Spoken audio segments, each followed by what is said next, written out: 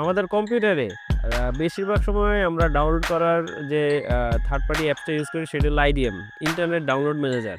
তো আইডিএমটা আমরা বেশিরভাগ বলতে গেলে মানে ম্যাক্সিমাম আমরা হয় ক্র্যাক ভার্সন ইউজ করি, না ফ্রিটা ট্রায়ালটা ইউজ করি।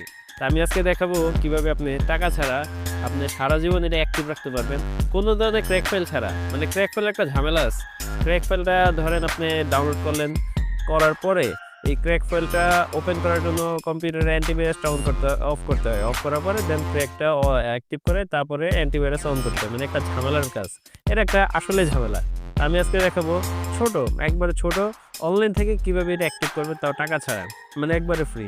হইতে পারে আপনার ভিডিওটা আপনি এর আগেও দেখছেন কিংবা আপনি খেয়াল করেননি, কিন্তু আজকে একটু খেয়াল করে দেখেন। আর ভিডিওটা যদি আপনার প্রয়োজন হয় এটা আপনি নোট করে অথবা সেভ করে রাখতে পারেন, আর বন্ধু বান্ধবের সাথে শেয়ার করে দিতে পারেন। আমার চ্যানেলটিতে যারা নতুন অবশ্যই তারা সাবস্ক্রাইব করবেন, আর অবশ্যই পেজটি ফলো দিবেন। তো চলুন কথা না বলে মূল ভিডিওতে দেখি।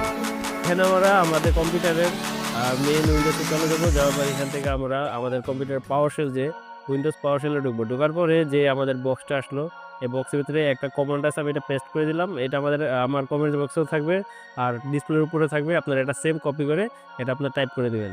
দেওয়ার পর এন্টার দেওয়ার পর দেখেন দ্বিতীয় একটা পেজ আসছে। এই পেজে 2 নম্বর যে অপশন, অ্যাক্টিভ অপশন আসছে। তো আপনার কিবোর্ড থেকে যদি 2 প্রেস করেন তাহলে অটোমেটিকলি এটা অনলাইন থেকে এটা কিন্তু অ্যাক্টিভ হয়ে যাবে। মানে এটা কিন্তু কোনো ধরনের অফলাইনের কাজ না, অনলাইনের কাজ। অনলাইন থেকে অ্যাক্টিভ হয়ে এটা পার্মানেন্টলি আপনার অ্যাক্টিভ হয়ে যাবে এবং পার্মানেন্টলি আপনার ইউজ করতে পারবেন কোনো ধরনের নোটিফিকেশন ছাড়া। তো এরকম ভিডিও পেতে আমার চ্যানেলের সাথে থাকুন, অবশ্যই পেজটি ফলো দিয়ে রাখুন।